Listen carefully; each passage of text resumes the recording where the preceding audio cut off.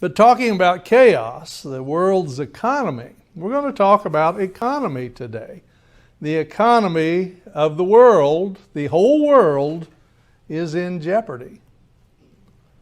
The majority of us, even the well-off, struggle in some way in the economy that we have in the world. And in many cases, we just struggle to make ends meet. You know, the money ends before the month does, as it were. We, even in the most blessed of all nations, in the entire history of the world, in those nations of Israel, certainly, in the United States specifically, many struggle, and other parts of the world, the struggle goes even to the extent of struggling for their very survival. Mr. DeCamp mentioned a project in Angola. You don't have to travel too long in the what's known as the third world to realize what the economic problems in the world really are. And we're talking about problems that are on the level of absolute survival. And in some cases, peoples in the church in various places of the world, if it were not for your offerings and your gentleness of heart and your yearning for them, that starvation would occur even within the church, and that certainly is something that should not be. And that's when things generally in the world, when things are going good. And then you have earthquakes and volcanoes and tsunamis, and then you have, oh, what's this? What's COVID-19 anyway? What is that? We didn't know what that was a year ago, and yet COVID-19 and pandemics, we had heard of pandemics, but none of us certainly had ever experienced it. They come onto the scene, and so they affect the world's economy like all of these things do. And today the world's economy is standing on a precipice, standing on the rim of a canyon, leading to not only to economic ruin, but putting human survival itself in jeopardy. And yet, even at the best of times, sometimes we feel like slaves. We feel like slaves without control over our future. But many centuries, millennia ago, God outlined an economic system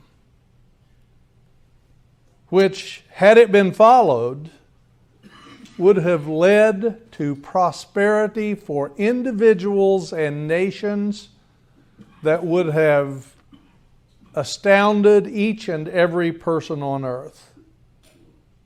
It was given to the children of Israel when they came out of Egypt. Now, I was recently asked by a member of the congregation about that system of economy. A system, by the way, which will be used in the world beyond today. It will be instituted, and it will revolutionize the economy of the world. But the question came to me, it says, well, it's outlined there, it's never been used, and that is correct, it has never been used. It has never been tried in the history of the world. And so do we need to consider it today? Is it just there for a nice story? What did God really mean for us to do that?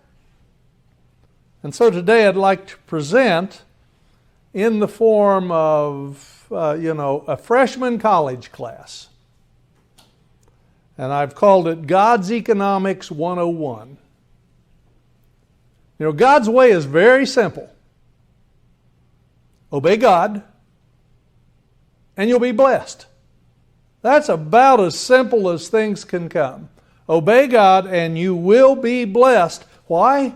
Because God is faithful to bless you. And He has the power to do it. He has the ability to control events so that even though every calamity, you live in a town next to a volcano on the seashore, and your house undergoes an earthquake when the volcano is spilling out, and it creates a tsunami who washes away the countryside, and then COVID-19 comes and parks in your neighborhood. And God can protect you from all of that and bless you in the meantime. So we're going to talk about God's Economic 101. What is it? Why it wasn't used? Why it's not used today? What will happen in the future? A future when God's economic plan will be used for the betterment of the entire earth. And the first thing we have to remember, and it's what the world maybe never knew, and if it knew, forgot. And as Mr. DeCampus mentioned, we are seeing seeds within the church planted for evil plants.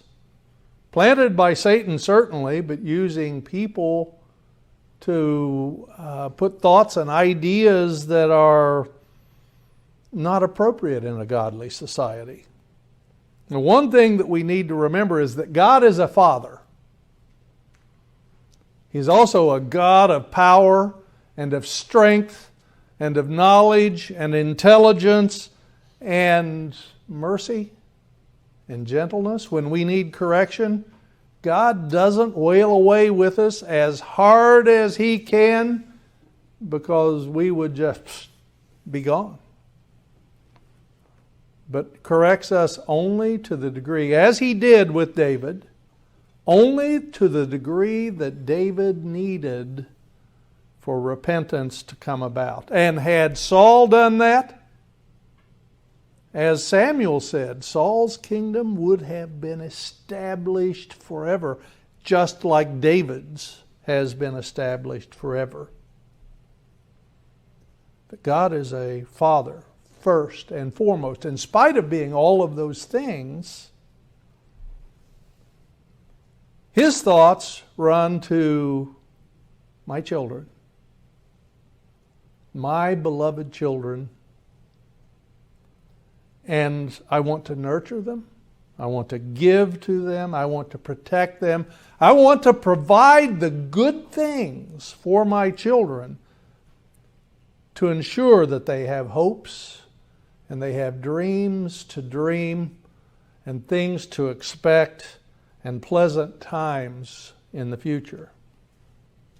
He has and is and will always intend for a blessing to come to us with sound economic principles that He has given us.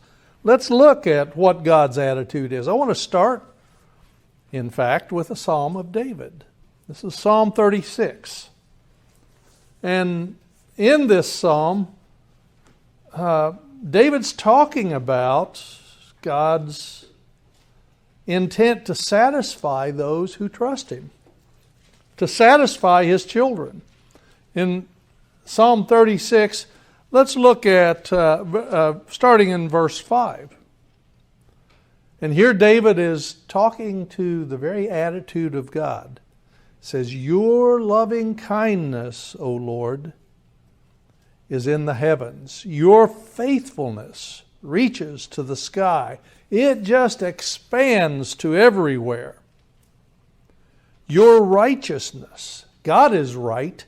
Everybody else, if they have an attitude other than God's, is not right. And we will see that extends to economic principles as well.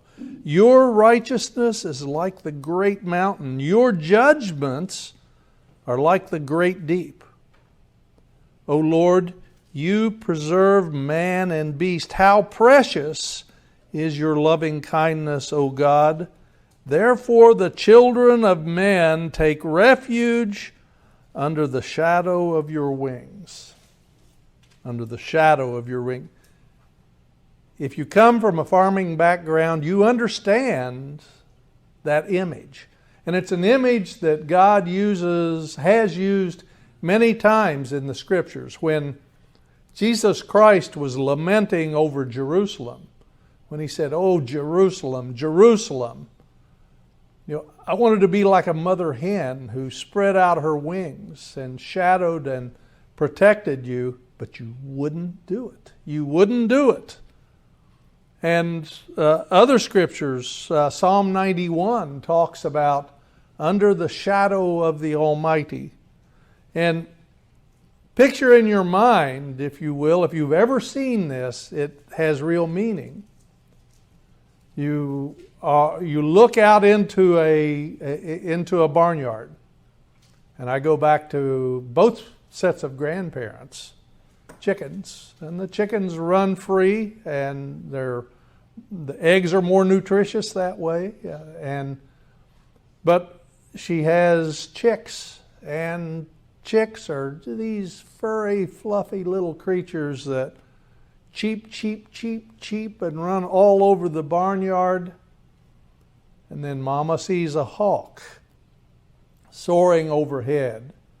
And she'll cluck, that special cluck. And those little chicks will scurry as hard and fast as they can.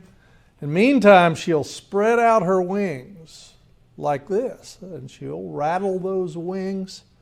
And those chicks will just scurry underneath the shadow of her wings for the protection. And they'll bundle around her legs and thus be out of the sight of the danger that is overhead. They shall be abundantly satisfied, talking about those people who rely on God, with the richness of your house. Speaking of God, what is the richness of God's house? As David said, "And I will dwell in the house of the Lord forever." And you shall make them drink of the river of your pleasures.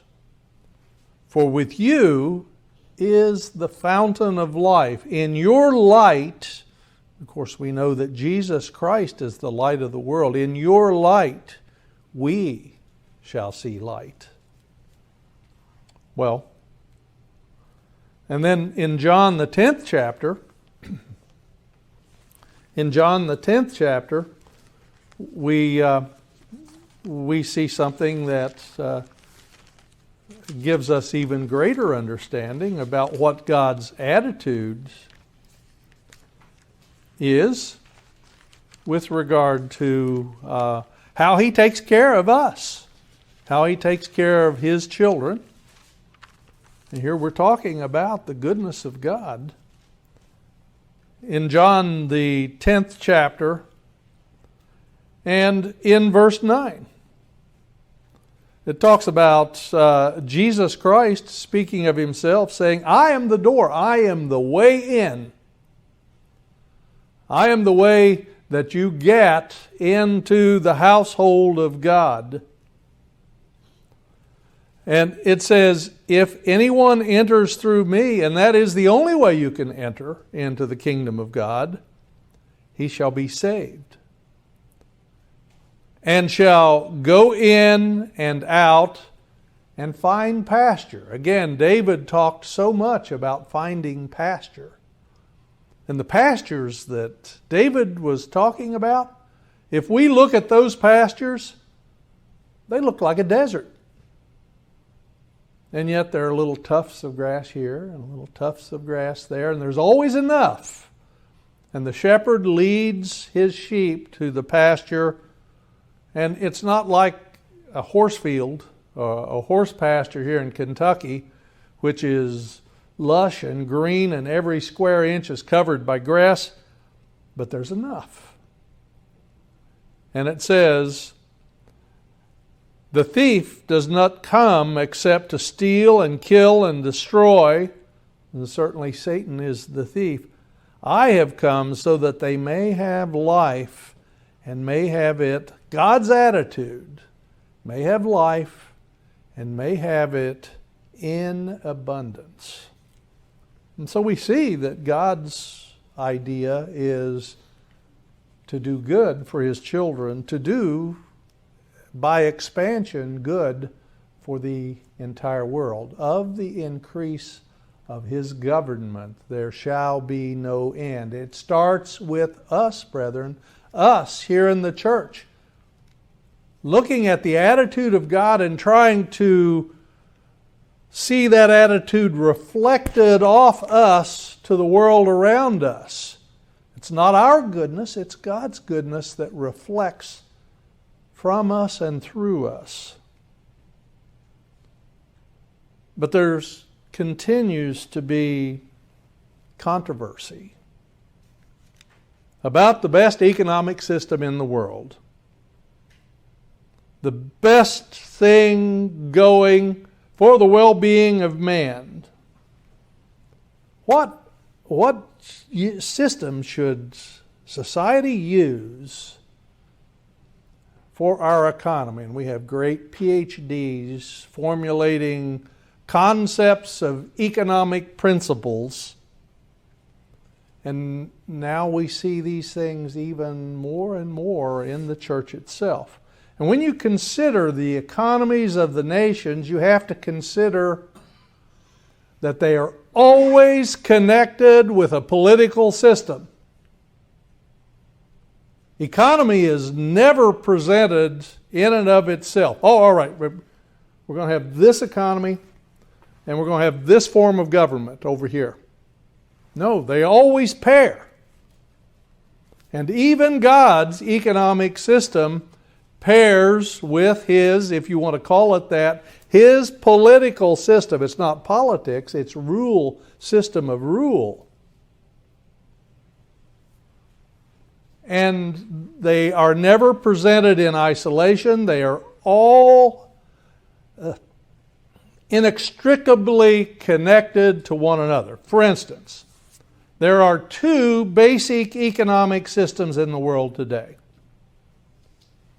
When you choose one of those economic systems, you automatically choose a political system to go with it, because they are always connected. On the political right, you want to guess what economic system the political right has chosen? Well, of course you know. They're called conservatives. Conservatives. And that's a government, in the political right, they use terms like capitalism and free market economy. And I guarantee you, brethren, you do not want a free market economy.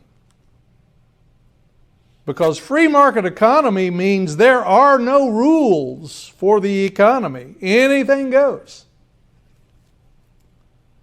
Now, as it has been formulated and used, people consider that freedom in economy is a good thing, but there are always constraints and there are always rules that have to be followed to make it work. There is no pure economic system in the world today. Capitalism is not pure. But I'm getting ahead of myself, so let me back up just for a second.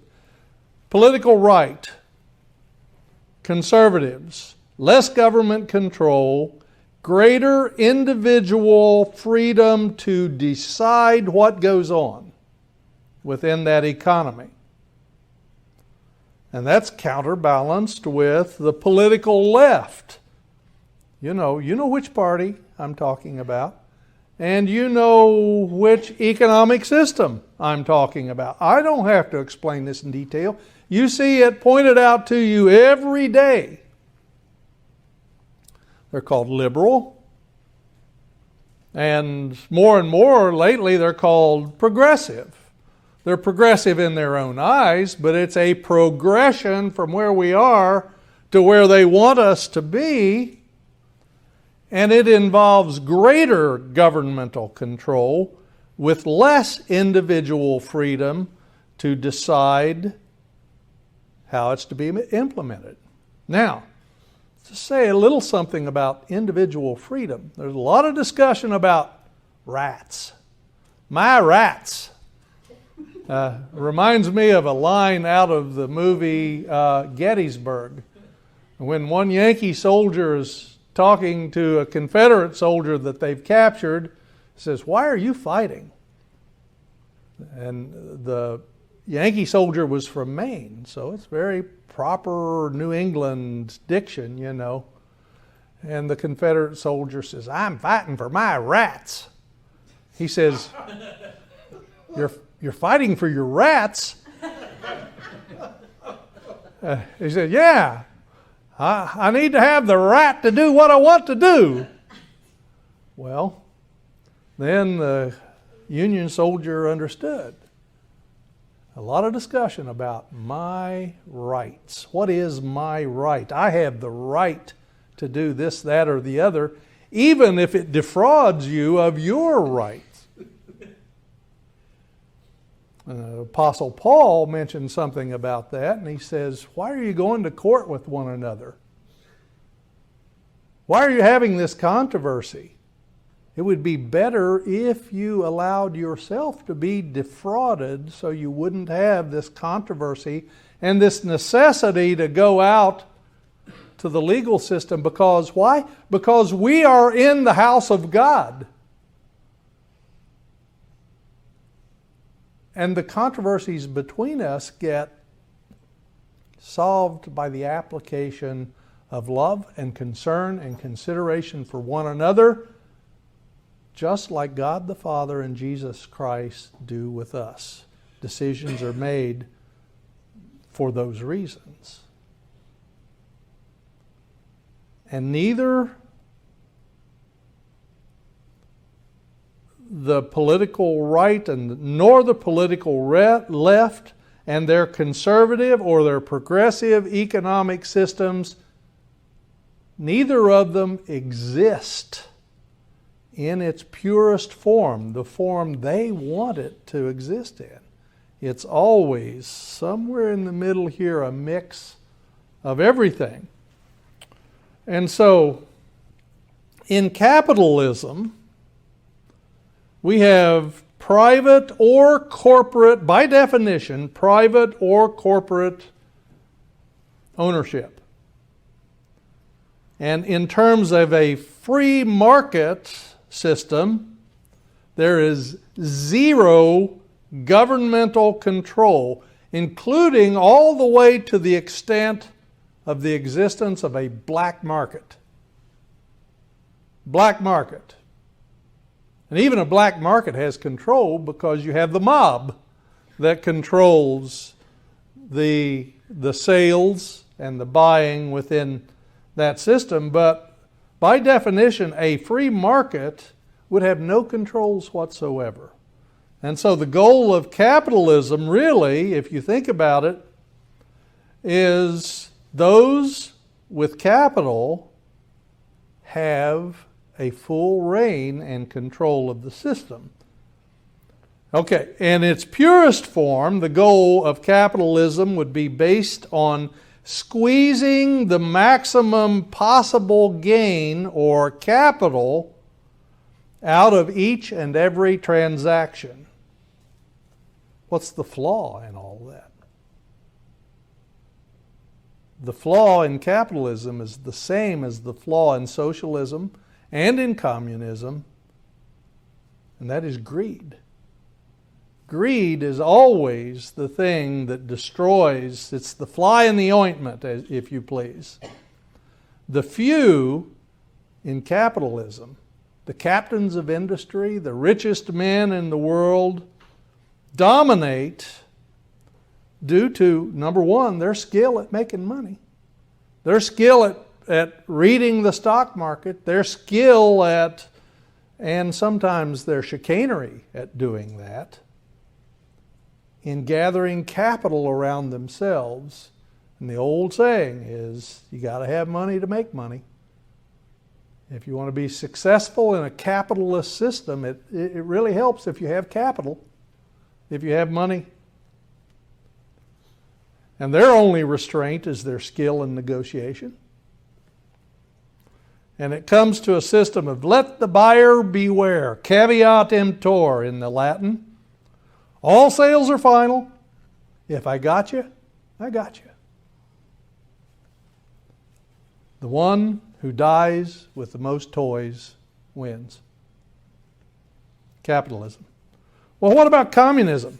Communism is shown to be the failed economic system. It is a system that, to most people in the world, except Cuba and North Korea, there are the only two remaining capitalist economies in the world in its most pure form. In communism, productivity in its purest form is to be divided evenly across the society. In communism, all social and economic issues are controlled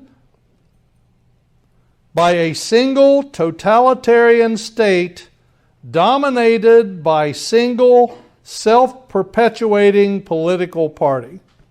One party, and most usually one person in charge, and they're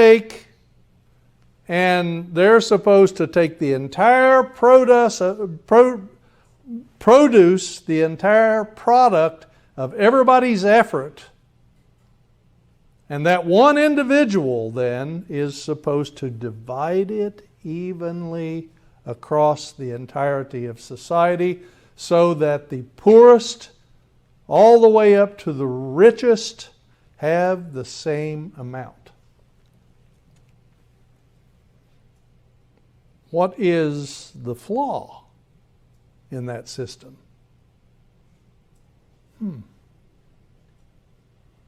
I need a new dacha on the Black Sea. Well, I need that because, it's a quiet place and we can get away and we can make policy decisions for the nation on how to, I need a new car to drive to my new dacha on the Black Sea. And, I can't be there by myself, so my buddy over here, he needs a new dacha on the Black Sea. He needs a new villa overlooking the beauty of the Black Sea, and he needs a car. And so graft and corruption and greed intervene to make the purity of the system work. And if there's one thing that you can count on, it is greed. And the political system becomes dominated by individuals who cater to themselves and to their cronies. And what does it do to the rest of the people? I'm a hard worker. I take pride in my work. I'm going to apply myself to succeed. And I work, and this ne'er-do-well down the road who won't lift a finger for his next meal, well, he gets the same thing I do. Now, wait a minute. Let me think about this. If I become a ne'er-do-well and do nothing, then I'll get the same thing he does. So why should I work? Why should I apply myself? And so you can't work hard and prosper. So why work hard? And so the system fails. It is oppressive. It discourages personal effort. And it's subject to abuse. And it fails to meet the needs of the people because of the attitudes. Now, it was once stated that the church in Acts, the 4th chapter, was a communistic system. You know, they had everything in common. But so many times within Scripture we see that Jesus Christ endorses private ownership. And if you read through Acts 4, you talk about people going to their house. They shared their goods, and people sold their properties that they had. But further on, it still talks about their house. So it was an attitude of giving, but it was not a communistic system. Socialism, similar to communism, except that the produce of everybody's effort is divided equally by society. By society, not this totalitarian government, but by social consent among everybody. And so it vests the ownership of all of society's goods, its production, its capital, its land, that's shared across the entire social landscape.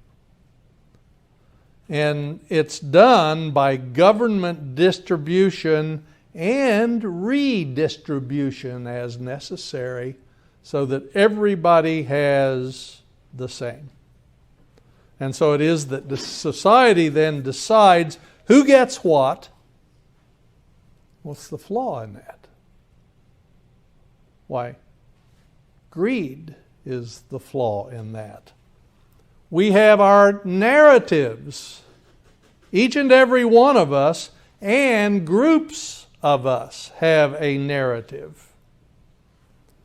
We have these narratives, and the narrative of one group in society rewards those who are socially correct and penalize those who don't share our narrative. They are thus socially incorrect. It's used as a tool to drive societal goals. And it discourages the behavior of those who oppose us. And so we see that in the panoply of basic economic structure, that Satan has embroiled mankind in a system of constant confusion based on social, political issues with tailored economic systems to go with it, and it has delivered to us a death pill for each based upon our individual nature and our individual proclivities. They're all from Satan. Capitalism is from Satan. Socialism is from Satan. Communism is from Satan.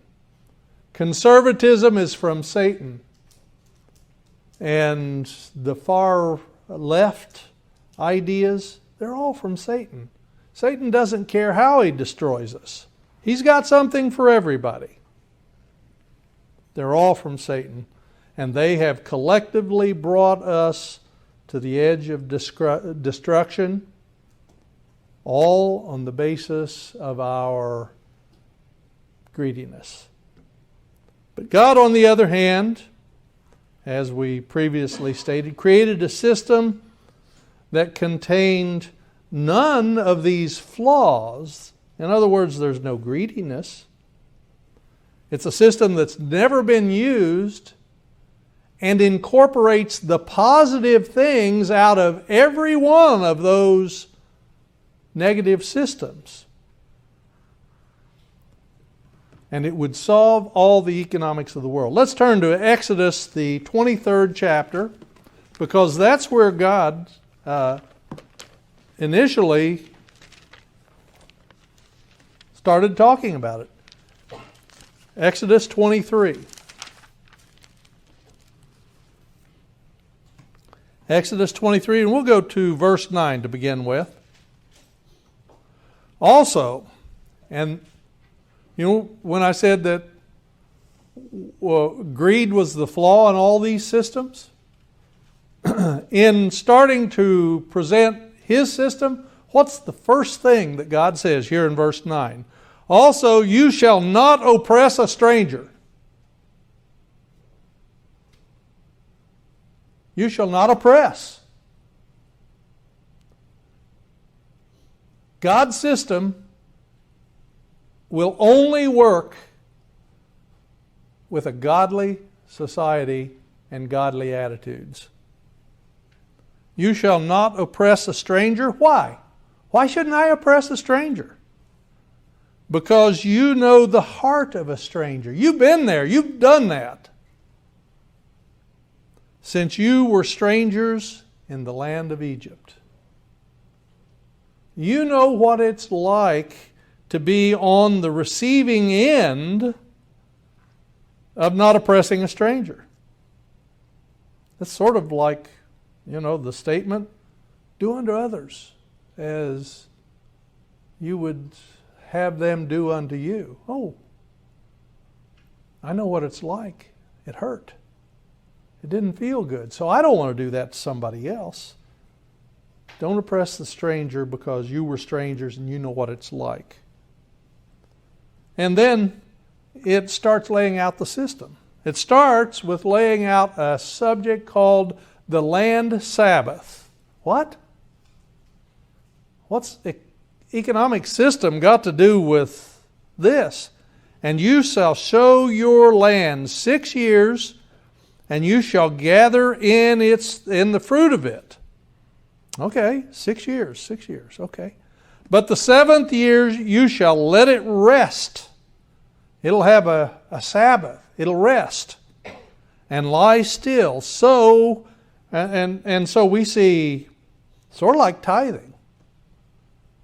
God owns it all, and He only asks 1/7 of it for a given reason. That's sort of like tithing. You know, God gives you $1, and you get to keep 90 cents. But you have to give back that dime, that 10 cents, for another use, for God, and the uses that God dictates and decides. So it's sort of like tithing, but it's sort of like the Sabbath. And it continues in verse 11, but the 7th year you let it rest and lie still. Why? So that the poor of your people may eat, and what they leave, the animals of the field shall eat. In the same way you shall deal with your vineyard and with your olive grove. So fields, vineyards, and olive groves. Those three things. Fields, vineyards, and olive groves. And it's so that you can have and express the heart of God in your activity.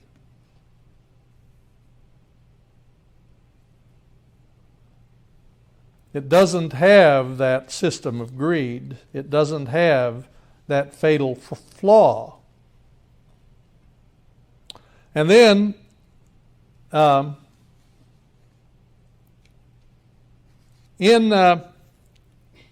so you'll sow on, verse 10, you'll sow on the 6th, but not on the 7th. And it creates what is known as a land Sabbath. Then let's go to verse 12. And it draws an exact parallel between that and the Sabbath day. 6 days you shall do your work, and on the 7th you shall rest, so that your ox and your donkey may rest, and the son of your handmaid and the stranger may be rejuvenated. And you really think about it, shall be restored, shall be given a blessing. And this is the reason, from your effort, the effort that God gives you to do on the land that God gives you as a blessing for other people, so that the poor may eat.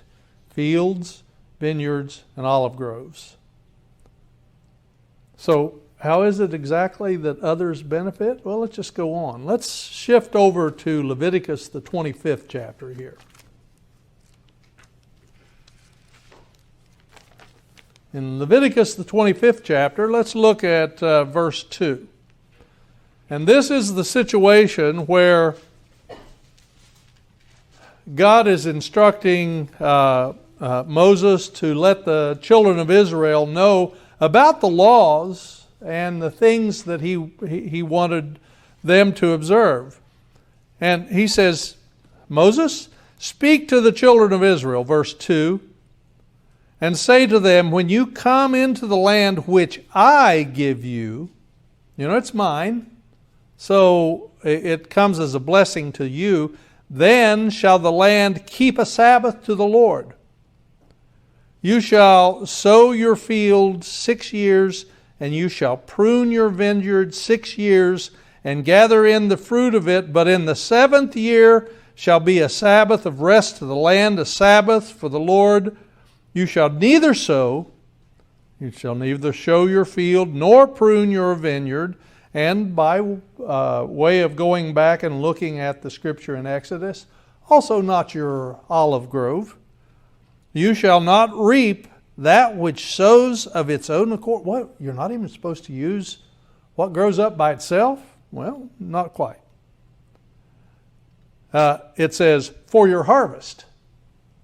So if something grows up on that year in the land Sabbath, don't go out and pick every bit of it that you can and then take it to the market and sell it, you see.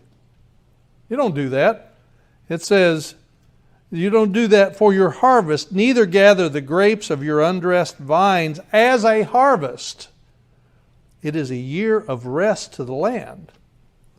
Scientifically, it's been shown that if periodically you rotate your crops, and periodically you let land lie fallow, the beneficial microbes within the soil grow and replenish. The earthworms do their bit, and they loosen the soil, and there is a better capacity to grow in subsequent years. And so it's a system that that is self-perpetuating, and it shall be food for you and for your servants and for your slave women and for your hired servant and for your stranger who stays with you, for your livestock, verse 7. And then it goes on to expand the system even beyond that, because then it says, and so you do this every 7 years, and you benefit from it, and all the people of the land benefit from it. But then on year 49, 7 times 7, so 7 sets of 7 years. In that 49th year, it's a 7th year. So the 49th year is going to be a land Sabbath year. But then he says, hang on. This is God saying, and then on the 50th year, you're going to have a year of release, what they call a year of release.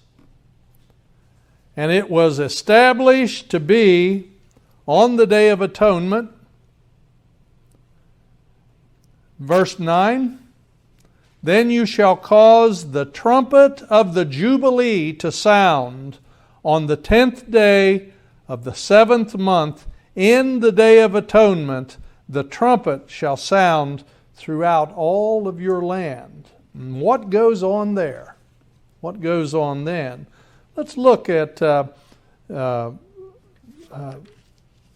word trumpet there is the shofar or the ram's horn. And the sound of that trumpet The sound of the trumpet is from Strong's word 7782, which is from the root of the Hebrew that's listed in Strong's 8231. In its original sense, it means, the sound is giving a sound that is incise. That means very sharp and clear and unmistakable. So it is a sound that instantly you recognize, and you recognize the purpose of it. And Jubilee, because this is the trumpet of Jubilee. And Jubilee is from Strong's 8643, and it is teruah. And it refers to the sound of joy. So this is the sharp, incisive tone of joy. And that's, you think about it, our word in English of jubilation. And it is a feeling of great happiness and triumph. You want to know what happiness and triumph is? I was watching a basketball tournament one time.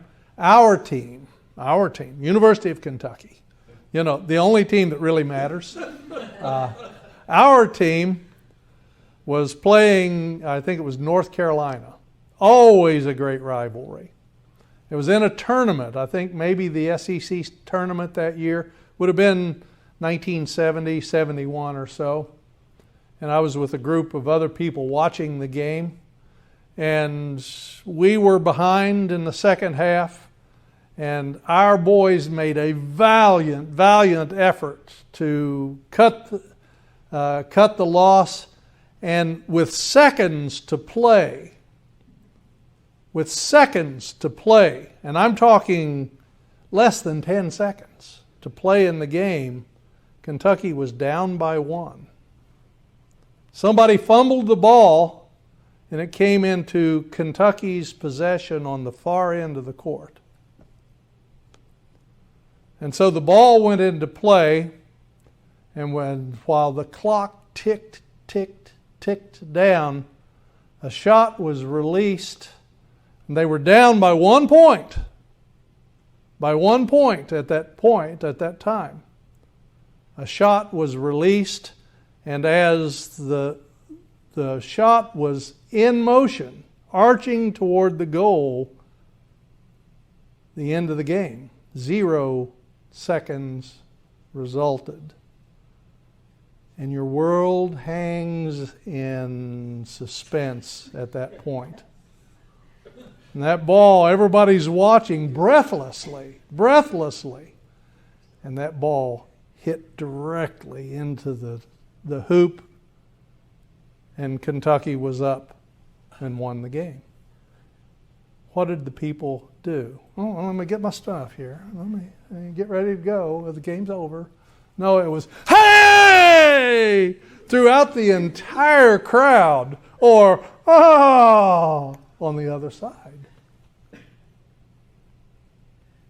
That is the incisive sound of jubilation and triumph. And when that day comes in the world tomorrow, when that day comes, that is the sense of what it will be like on the day of jubilation, the day of the sound of the jubilee in the kingdom of God. Jesus Christ is not coming back to this earth as a Republican. He is not coming back as a Democrat. He's not even coming back as a Republicrat. But he is coming back as an absolute totalitarian ruler of this entire world. He, and he alone, will be in charge. Not Joseph Stalin, not Adolf Hitler, not Donald Trump, not Joe Biden. Jesus Christ, King of kings and Lord of lords, will be in charge, and he will be and have totalitarian rule. And his economic system will come with him. And it will be a system like the world has never seen, and because of their greed, has never practiced. And you know what? The produce, the land itself, as the land division in Joshua, when all of the land of Israel was divided to each and every family. That's Joshua chapter 14 through 17, if you want to look there. Including even to the daughters of the children of Israel. In Joshua 17, verses 1 through 4, there was a family that had no sons. So there was no dispensing of the land to them. Had no sons. So the request went out and God said, yeah, that's right. Had no sons? Give it to the daughters. That will establish the families, and all of the families will have their own land. You know what else happens on the Jubilee? Number one, in Leviticus 25 and verse 10, it says that it's holy. You shall make the 50th year holy and proclaim liberty. Liberty? Does that mean I get to go out and do whatever I want to? What do you mean? In God's kingdom? Any kind of evil I can come up with, I get to do? No. Liberty, though, means that you become free. In the year of Jubilee, all debt is canceled. All slavery. If you were in slavery, you're free. You have liberty. And it sure gives meaning to this concept of lack of being bound in restraints. Economically, you get your land back. You get your land, you go back to your homeland. You are restored. You are redeemed. And you are given that freedom back. You know, we rejected God as our ruler. We rejected God as the provider of our economic system. That story is spelled out in 1 Samuel, the 8th chapter, where the children of Israel said, don't want God, want a king. Want a king, just like all the nations around them. Want a king. But God told them, told Samuel, said, go ahead and give them a king. Do what they want. But before you do, here's what's going to happen. He's going to take your children. He's going to take your sons and your daughters. He's going to take the best. He's going to take... That's economic, brethren. If the king comes in and takes your sheep and the best of them, that's economics. And the king's economics go with the king's rule. And in the world tomorrow and the world beyond today, I still use the term the world tomorrow, Jesus Christ's economics will come into play as well. In the world beyond today. Well, incidentally, in Leviticus 26:34, God says something. It says, because you've relied on kings, because you've relied on your economic system, you're going into captivity. And you know what? Leviticus 26 and verse 34. He says, then shall the land enjoy its Sabbaths, its rest, as long as it lies waste. He says, all the time you are in captivity, the land is going to get what you cheated it of all of these years. As long as you're laboring in the hands of your enemies, and then shall the land rest and enjoy its Sabbaths. But for a final scripture, I want you to turn over to Micah.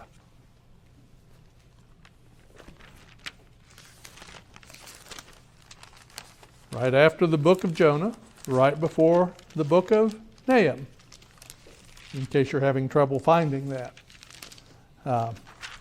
Micah 4, we'll start in verse 1, because it gives the time frame. It shows clearly that this is something that is going to be in the future, in the last days, that the mountain of the house of the Lord shall be established in the top, or over top all of the mountains or governments, and it shall be exalted above the hills, those little governments, and people shall flow to it. Why are they going to flow to it?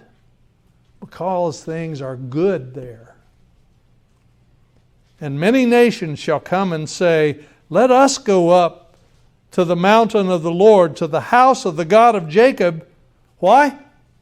Because we like what we hear, and He will teach us His ways, and we will walk in His paths. For the law shall go forth out of Zion, including the law of the land Sabbath, including the law of the Jubilee, and the word of the Lord from Jerusalem, and He shall judge among many people, and will rebuke strong nations afar off, who still have this thought and idea of capitalism or socialism or whateverism. And they shall beat their swords into plowshares, and their spears into pruning hooks, and nation shall not lift up a sword against nation, neither shall they learn war anymore. So there is peace, right? But what will happen? All of these people that went back to their homeland, all of these people that went back to their little plot, all of these people that have been given harvests from God, and they shall sit each one under his own vine and under his own fig tree, and no one shall make them afraid. For the mouth of the Eternal of hosts has spoken it. That's why.